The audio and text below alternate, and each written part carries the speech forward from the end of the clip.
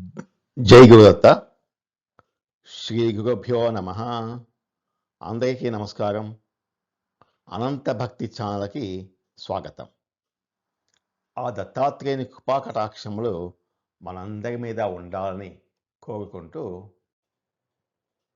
శ్రీ గురుచరిత్రలోని కర్మకాండమునందు ప్రేతాంగన శోకము అనే 30వ అధ్యాయాన్ని మనం ఈరోజు పారాయణ చేసుకుందాం. ఈ అధ్యాయంలో శ్రీ నృసింహ సరస్వతి స్వామి వారి మహిమా ప్రాభవమును గురించి సిద్ధముని నామధారకునితోటి వివరించటము, మాహోగఢ్ లోపల గల గోపీనాథునకు దత్తకృపతో ఒక పుత్రుడు కలగటము, వివాహానంతరము అతడు రోగగ్రస్తుడు అగటము, పతివ్రత అగు అతని భార్య తన భర్తకు శుశ్రూష చేయటము, భక్తను బతికించుకొనుటకై ఆమె గాణగాపురమునకు తీసుకుని వెళ్ళటము, అతడికి చేరిన వెంటనే అతడు మరణించటము, భక్త మృతి పట్ల ఆమె శోకించటము, అంతలో ఒక సాధువు విచ్చేసి ఆమెను ఓదార్చి తత్వ ఉపదేశాన్ని చేయటము. వీటి గురించి మనం ఈ అధ్యాయంలో తెలుసుకుంటాం. శ్రీ గణేశాయ నమః. శ్రీ సరస్వత్యై నమః. శ్రీ గురుభ్యో నమః. శ్రీపాద శ్రీవల్లభ శ్రీ నృసింహ సరస్వతి శ్రీ గురుదత్తాత్రేయాయ నమః. శిష్యోత్తముడు నామధారకుడు సిద్ధమునిందునకు చేతులు జోడించి ఈ విధంగా విన్నవించుకుంటున్నాడు. సిద్ధమునీశ్వర, మీకు జయమగుగాక. మహాత్మా, ఈ సృష్టిలో అభినవమైనటువంటి గురుమహిమను వెల్లడించే తర్వాత కథను సవివరంగా నాకు తెలియచేయండి అని నామధారకుడు ప్రార్థించాడు. ఈ విధముగా శిష్యశ్రేష్ఠుడు నామధారకుని వినయపూర్వకమైన మాటలను విని చాలా సంతోషించి అత్యంత ప్రీతుడు అయినటువంటి ఆ సిద్ధమునిందుడు ఒక్కసారిగా లేచి తన శిష్యుని పట్ల అపారమైన ప్రేమభావంతో 2 చేతులను చాచి అతనికి తన దివ్యమైన ఆలింగనాన్ని ప్రసాదించాడు. శిష్యోత్తమ నామధారక, నీకు గురుకృప లభించింది. నీవు ధన్యుడవు. కుమారా, నీ కొరకు నేను సంగ్రహంగా నా శక్తి కొలది తర్వాత కథను చెప్పుచున్నాను, సావధానవై వినుము అని సిద్ధముని నామధారకునితోటి తర్వాత కథను ఇట్లా వివరిస్తున్నారు. నృసింహ సరస్వతి గురుదేవులు గాణగాపురంలో నివసించి ఉండటం వల్ల వారి మహిమా ప్రభావము చేత గాణగాపురం యొక్క ప్రఖ్యాతి దశ దిశలా పరివ్యాప్తం చెందిన శ్రీ గురుని మహిమా ప్రాభవమును విన్నటువంటి ఎందరో భక్తులు దూరదేశాల నుంచి వారి దర్శనార్థమై గాణగాపురానికి గంగా ప్రవాహం వలె వచ్చేవారు. వారిని సేవించిన భక్తులలో దరిద్రులు ధనవంతులు అయ్యేవారు, వంధ్యలు వెంటనే సంతానవంతులు అయ్యేవారు, దీనులు శ్రీమంతులు అయ్యేవారు, కుష్ఠరోగంతో పీడించబడేవారు దివ్య దేహాన్ని ధరించేవారు, గుడ్డివారు చక్కని నేత్రవంతులు అయ్యారు, చెవిటివారికి తగిన వినికిడి శక్తి లభించేది. భక్తజనులందరూ తాము కోరుకున్నటువంటి సమస్త కోరికలను క్షణంలో పొంది చాలా ఆనందాన్ని అనుభవించుచుండేవారు. శ్రీ గురునాథుని చరిత్రేందలి ఒక అద్భుత లీలను నీకు వివరించి చెప్తాను, నామధారక వినుము అని సిద్ధముని ఇలా చెప్పడం ప్రారంభించాడు. ఉత్తర దేశం నందు మాహోగఢ్ అనే పేరు గల నగరమునందు గోపీనాథుడు అనే ఒక మహాధనవంతుడైన విప్రుడు నివసించుచుండెను. ఆ దంపతులకు అనేక మంది పుత్రులు కలుగుచు మరణించుచుండిరి. అందులకు వారు మిగుల దుఃఖించుచుండిరి. అంతలో తనలో తాను విచారించుకొని ఆ బ్రాహ్మణుడు తన భార్యతో కూడా శ్రీ దత్తాత్రేయ స్వామిని చక్కగా ఆరాధింపసాగాను. తత్ఫలితంగా వారికి ఒక పుత్రుడు కలిగాను. అతనికి దత్తుడు అని నామకరణం చేసుకున్నారు. ఆ బాలునకు 5 సంవత్సరముల పారాయణనే ఉపనయనము చేశారు. తర్వాత 12 సంవత్సరాల వయసు పూర్తయిన తర్వాత వెంటనే ఒక అందమైన ఒక కన్యకను చూచి నిశ్చయించి అత్యంత వైభవోపేతముగా అతనికి వివాహాన్ని కూడా చేశారు. మన్మధుని పక్కన రతీదేవిలాగా ఆ యువ దంపతులు కనువిందు చేయుచుండిరి. అత్తమామలు తమ కోడల్ని మిక్కిలి ప్రేమతో చూచుచుండిరి. తమ కుమారుడు అయినటువంటి దత్తునికి 16 ఏళ్ల వయసు వచ్చింది. ఇద్దరు సమవయస్కులు అవటం వల్ల సమానమైన మిగుల సౌందర్యమును కలిగి ఉండటం వల్ల ఆ నూతన దంపతులు పరస్పరం కడు ప్రేమతో ఉండేవారు.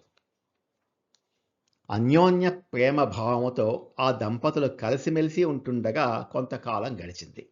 ఇంతలో గోపీనాథుని కుమారుడు అయినటువంటి దత్తునకు దురదృష్టవశాత్తుగా దుర్ఘటమైన ఒక వ్యాధి సంప్రాప్తమయ్యింది. ఎందరో వైద్యులను సంపాదించినప్పటికీ, ఎన్ని మందులు వాడినప్పటికీ అతనికి ఆరోగ్యం కుదుట పడలేదు. దినదినమునకు లోపల ఆ వ్యాధి పెరుగుతూ ఉంది. అతనికి అన్నం మీద అరుచి ఏర్పడెను. అన్నమే హితవగి కాకుండా పోవటచే అతను నిరాహారి అయి ఉండసాగాను. అతనిపై ముఖ్యమైన ప్రేమ కలిగిన పరమ పవిత్రమైనటువంటి అతని భార్య కూడా తాను అన్నమును తినుట మానివేసిన. భక్త ఔషధ సేవనమును చేయుటచే తాను కూడా ఔషధ సేవనము చేయుచు నిరంతరము భక్తకు తోడు నీడగా నిలిచి అఖండమైన సేవ చేస్తూ కాలము గడుపుచుండెను. ఇలా 3 సంవత్సరాలు గడిచిపోయింది. ఆ పతివ్రతా స్త్రీ తన భక్తతో పాటు అతని కష్టమును తాను కూడా అనుభవించుచుండెను. తాను కూడా దినదినమునకు కృషించుచు కేవలము భక్త యొక్క పాదోదకమునే త్రాగి జీవించుచుండెను. వ్యాధి వలన భక్త దేహము క్షీణించుచుండెను. అతనితో పాటుగా ఆ అమ్మాయి కూడా క్షీణించిపోయెను. పతివ్రతా స్త్రీ మాత్రము అతడిని ఒక్క క్షణం కూడా వదిలిపెట్టక నిరంతరము సేవించుచుండెను. తన భక్త ఏది భుజించునో తాను కూడా అదే భుజించును. బంధువులు అత్తమామలు ఎంత చెప్పినా వినకుండా భక్తనే తన ప్రాణంగా భావించి సమస్త ఆభరణాలను త్యజించి వేసెను. నిరంతరము కంటికి రెప్పవలే భక్త శుశ్రూషను చేయుచుండెను. ఆ ఉభయుల తల్లిదండ్రులు ధనవంతులు శ్రీమంతులు అయినందున చాలా ద్రవ్యాన్ని వెచ్చించి అనేక జప అనుష్ఠాలను, గొప్ప గొప్ప హోమాదులను, అపరిమితమైన బ్రాహ్మణ సంతర్పణలను చేశారు. కానీ ఆశించిన ప్రయోజనము కలగలేదు. ఇంతలో అతని వ్యాధికి చికిత్స చేయుచున్నటువంటి వైద్యులు ఇలా అన్నారు: అతని పరిస్థితి ఏమాత్రం బాగలేదు. ఇక మీ కుమారుణ్ణి ఈశ్వరుడే కాపాడవలెను. మానవ ప్రయత్నంలో ఫలించుట కష్టతరమే అని చెప్పారు. వారి మాటలను విన్నటువంటి తల్లిదండ్రులకు దుఃఖము కట్టలు తెంచుకొని రాగా ఇలా విలపించారు: హా దయోమా, గురురాజా, జగన్నాథ, దత్తాత్రేయ, స్వామి రక్షింపుము అని స్వామిని ప్రార్థిస్తూ అనేక విధాలుగా తన జననీ జనకులు దుఃఖించుచుండగా వారిని ఆలింగనం చేసుకొని దత్తుడు వారి కుమారుడు ఇలా అంటున్నాడు: తల్లిదండ్రులారా, నా సుఖమునకు తెగ దించబడింది. ఇప్పటికే మీకు ఎంతగానో రుణపడి ఉన్నటువంటి నేను ఇంకనూ మీ నుండి ఏమి స్వీకరింపగలను? మీ రుణానుబంధం నుండి నేను ఎలా తప్పించుకొనగలను? తల్లిదండ్రులారా, మన చేతిలో ఏమి కలదు? అంతయు ఈశ్వర అధీనమై ఉండును కదా. దాని ముందు మానవుల యత్నములు ఏపాటివి? తల్లిదండ్రుల రుణమును కుమారుడు తీర్చుకొనుట ధర్మం. కానీ అప్పుడే అతను కొడుకు అని అనిపించుకొనును. లేని ఎడల ఆ కొడుకు ఒక బండరాయితో సమానం అగును. అమ్మ, నన్ను పాలిచ్చి పెంచి పోషించిదివి. కనీసం ఒక్క ఘడియ కాలం సేవించిన స్తన్యపానమునకు బదులుగా నేను నీ గుణము తీర్చుకునేటువంటి దశలో లేను కదా. తన భార్యను చూచి ప్రాణేశ్వరి, వినుము. నా కొరకు నీవు ఎంతయో కష్టమును అనుభవించితివి. నీ కష్టం అంతయు వ్యర్థమైపోయాను. నీకు నాకు మధ్య గల అనుబంధ కాలము తీరిపోయాను. నేను నీకు జన్మాంతర శత్రువును కాబోలు. అందుకే నిన్నిప్పుడు కష్టపెడుతున్నాను. నా అనంతరము నీవు మా ఇంటనే ఉండదలచినచో నిన్ను మా తల్లిదండ్రులు పోషించెదరు. కానీ అది నీకు కష్టం అనిపించిన ఎడల నీవు నీ పుట్టినింటికి వెళ్ళి అక్కడ నివసింపవచ్చును అను చెప్పినటువంటి భక్త మాటలు విన్నటువంటి ఆమె చాలా బాధపడింది. ఆమె అత్తగారిని మామగారిని చూసి, మీరు చింతింపవలదు, తప్పక నా భక్త రక్షింపబడును. మా ఉభయులను ఆ ఈశ్వరుడు తప్పక రక్షింపగలడు. అయితే స్థల మార్పిడి కోసమే మమ్మల్ని ఎక్కడికైనా పంపవలసింది. నా భక్త తప్పక ఆరోగ్యవంతుడగును అని పదే పదే ప్రార్థించింది. ఇంకను ఇలా చెప్పింది, జనులు అందరూ గాణగాపురంలో ఉన్న శ్రీ గురుమూర్తియగు శ్రీ నృసింహ సరస్వతి స్వామి వారి గురించి చాలా గొప్పగా చెప్తున్నారు. వారి దర్శన మాత్రమున నా పతికి తప్పక ఆరోగ్యం సిద్ధింపగలదు అని నాకు నమ్మకం. మమ్మల్ని దయతో అచ్చటికి పంపండి. వెంటనే మాకు అనుజ్ఞను ఇచ్చినచో మేము గాణగాపురమునకు వెళ్ళేదాము అని పలికి తన అత్తమామలకు తల్లిదండ్రులకు మిక్కిలి వినయముతో నమస్కరించింది. అత్తమామలు మిగిలిన వారి అందరి వద్ద అనుమతి తీసుకొని ఆ పతివ్రతా స్త్రీ తన భక్తను వెంట తీసుకొని ఒక పల్లకిలో అతన్ని పడుకోబెట్టి గాణగాపురం వైపు వెళ్తూ అత్తమామలతో ఇలా చెప్పింది, మీరందరూ మనసును స్థిరపరచుకొని సుఖంగా ఉండండి. నా భక్త నాకు ప్రాణంతో సమానం. ఆయన్ను తప్పక మన కులదేవత రక్షించును అని పలికి అత్తమామలకు ప్రీతితో నమస్కరించినప్పుడు వారు చాలా ఆనందంతో అమ్మాయి నీ సౌభాగ్యం స్థిరముగా ఉండుగాక అని మనస్ఫూర్తిగా ఆశీర్వదించారు. అమ్మ, నీ అదృష్టం వలన మా కుమారుడు రక్షింపబడగలడు అని వారందరూ ఆశీర్వదించి వారికి వీడ్కోలు పలికారు. ఆ విధంగా వ్యాధిగ్రస్తుడైన భక్తతో కలిసి ఆ పతివ్రత వనిత గాణగాపురం వైపుకు బయలుదేరింది. భక్తతో పాటుగా ప్రయాణిస్తూ ఆమె గాణగాపురానికి సమీపమునకు వెళ్తుండగా అతనికి సంక్రమించిన రోగము క్రమక్రమంగా పెరిగిపోయి త్రిదోషములు అనగా కఫము, వాతము, పిత్తము అను 3 దోషములు ప్రకోపించెను. అయినా కూడా ధైర్యము వహించి అతి కష్టం మీద ఆమె తన భక్తతో పాటుగా గ్రామంలోకి ప్రవేశించి ఒక చోట పల్లకిని దింపి ఆ అమ్మాయి శ్రీగురుని యొక్క దర్శనము కోసం గ్రామ జనులను విచారించుచుండెను. అంతట శ్రీగురుమూర్తి అనుష్ఠానములకై సంగమమునకు వెళ్ళినారు అని అతడి గ్రామ ప్రజలు ఆమెతో చెప్పారు. అప్పుడు ఆ వనిత వెంటనే సంగమ స్థలంలో గల గురుమూర్తి వద్దకు తన భక్తను తీసుకుని పోవాలి అని నిశ్చయించుకున్నాను.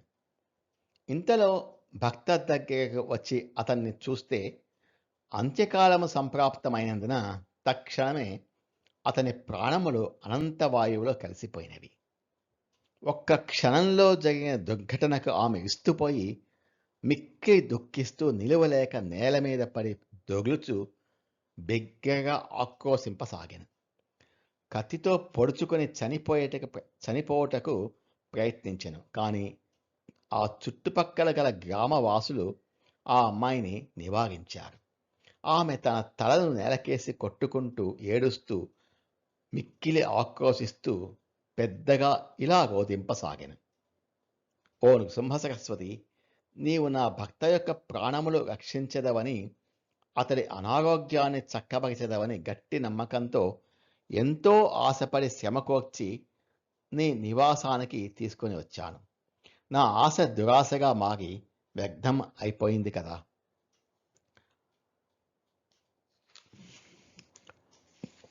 పెద్ద పులిని చూచి తనను చంపుతుందని భయపడి ఒక గోవు తప్పించుకుని పారిపోతూ ఆశ్రయం కోసం తన ప్రాణరక్షణ కొరకు ఒక ఇంటి ముందుకు రాగానే ఆ ఇంటి యజమాని అయినటువంటి మ్లేచ్చుడు దాన్ని వధించి వేసినట్లుగా నాకు దుర్ఘటమైన దుస్థితి దాపురించింది.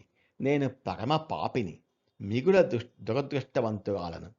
ఈనాడు ధైర్యముతో నా తల్లిదండ్రులను వదిలిపెట్టి అత్తమామలకు ధైర్యమును చెప్పి నా భక్తను తీసుకొని పరదేశానికి వచ్చి ఇక్కడ నా భక్త ప్రాణాలను బలిగొన్నాను. ఇంక ఏమి చేయుదును?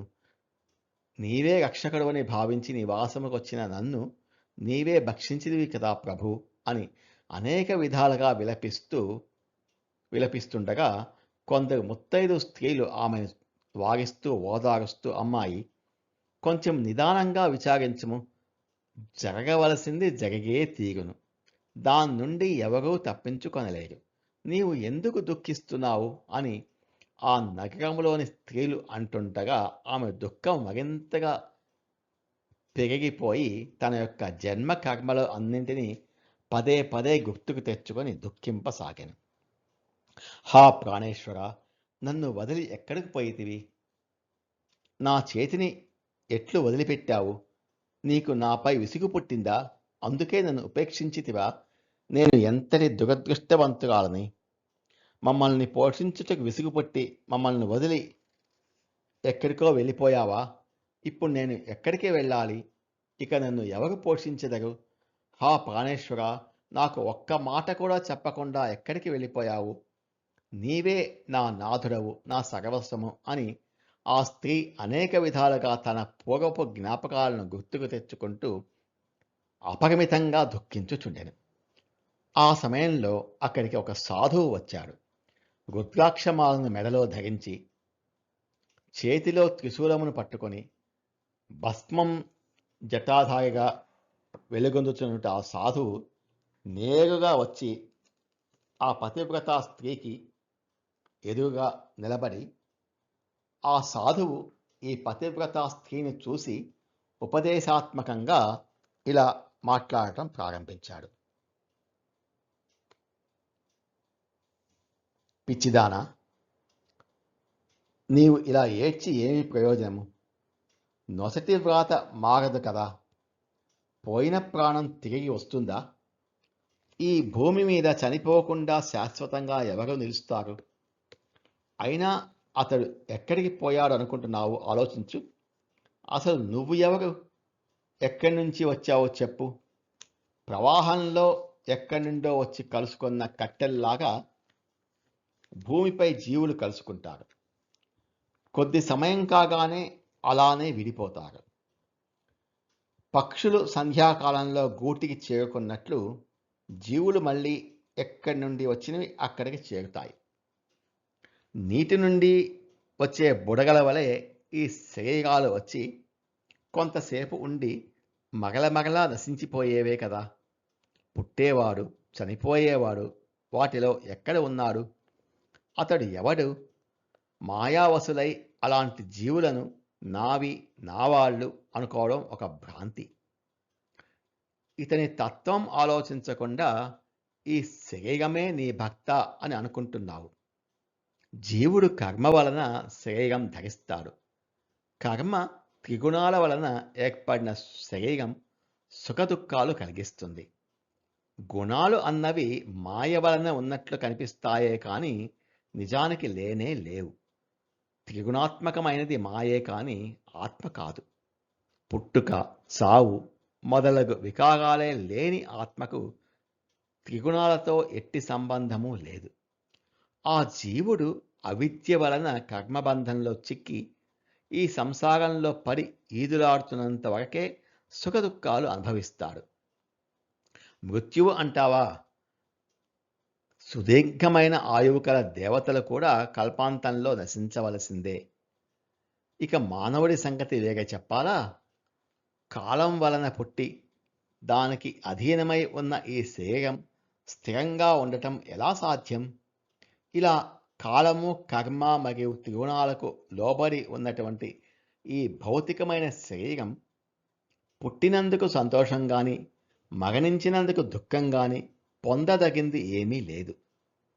గర్భంలో పడినది మొదలు ముసలివాడు అయ్యే వరకు వెనుక చేసుకున్న కర్మను అనుసరించి ఎప్పుడో ఒకప్పుడు మరణించక ఎవరికీ తప్పదు. ఆ మధ్యకాలంలో ఎవరైనా వారి విధివ్రాతలను అనుసరించి ఎక్కడ ఏ సమయంలో ఎలాంటి సుఖదుఖాలు అనుభవించాలో అట్టివి ఎవరైనా అనుభవించవలసిందే కానీ వాటిని నివారించడం ఎవరి తరము? ఎప్పుడైనా ప్రాయశ్చిత కర్మల ద్వారా దుష్కర్మను నశింప చేసుకోవచ్చు, కానీ కాలగతిని నియమించడం ఎవరి తరమూ కాదు. ఇప్పటి మీ సంబంధమే నిజమైతే గత జన్మలో నీకు ఎవరితో ఎట్టి సంబంధం ఉన్నదో చెప్పగలవా? లేక వచ్చే జన్మలో నీకు ఏం జరుగుతుందో చెప్పగలవా? ఇది ఆలోచించకుండా వ్యర్థంగా బాధపడతావు ఎందుకు? రక్తము, మాంసము, శ్లేషము మొదలైన ధాతువులతో చేయబడిన ఈ పాంచభౌతిక శరీరము నేను నాది అనుకోవడం సరేనా? ఇంతకు నీవు శోకించేది ఇటువంటి తోలుబొమ్మ కోసమే కదా. ఇకనైనా ఈ శోకాన్ని నిగ్రహించుకొని ఈ జన్మచక్ర నుండి బయటపడే మార్గం ఆలోచించుకో అని హితబోధ తత్వ ఉపదేశాన్ని చేశాడు. ఆ సాధువు యొక్క ఉపదేశ వాక్యాలను విన్నటువంటి ఆమెలో కొంచెం వివేకము జాగృతమయ్యాను. భక్త మరణించినందుకు కలిగిన శోకాన్ని కొంత తగ్గించుకొని చేతులు జోడించి ఆ తాపసి పాదములపై ఆమె తన శరమును ఉంచి నమస్కరించాను. లేచి నిలబడి వినయంతో ఇలా ప్రార్థించింది: స్వామి, మహానుభావ, మీరు చెప్పినట్లుగా తప్పకుండా నడుచుకుంటాను. మీరే నాకు తల్లిదండ్రులు. నేను మీ శరణు కోరాను. ఈ సంసార సాగరం నుండి ఏ విధంగా నేను తరించెదనో అందుకు తగిన మార్గాన్ని మీకు సెలవు ఇవ్వండి. మీ ఉపదేశ అమృతం వలన నా బుద్ధి జాగృతమై నా మనసు స్థిరపడింది. కాబట్టి నాకు తరించే మార్గాన్ని చక్కగా బోధించి నన్ను రక్షించండి, నన్ను తరింపచేయండి అని పదే పదే ఆమె ప్రార్థించింది. ఆమె మాటలు విన్నటువంటి ఆ యోగి పుంగవుడు ప్రసన్న వదనుడై స్త్రీలు ఆచరించవలసిన ధర్మాలను గురించి సవిస్తరంగా చెప్పసాగాను అని సిద్ధమునింద్రుడు నామధారకునికి చెప్పిన విధముగా సరస్వతీ గంగాధరుడు గురుచరిత్రను విస్తరించి శ్రోతలు అయినటువంటి మనకు వ్యక్తపరిచాను.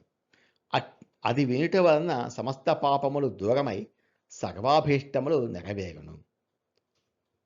శ్రీ గురుచరిత్రలోని కర్మకాండమునందు ప్రేతాంగనా శోకము అనే 30వ అధ్యాయం సమాప్తం.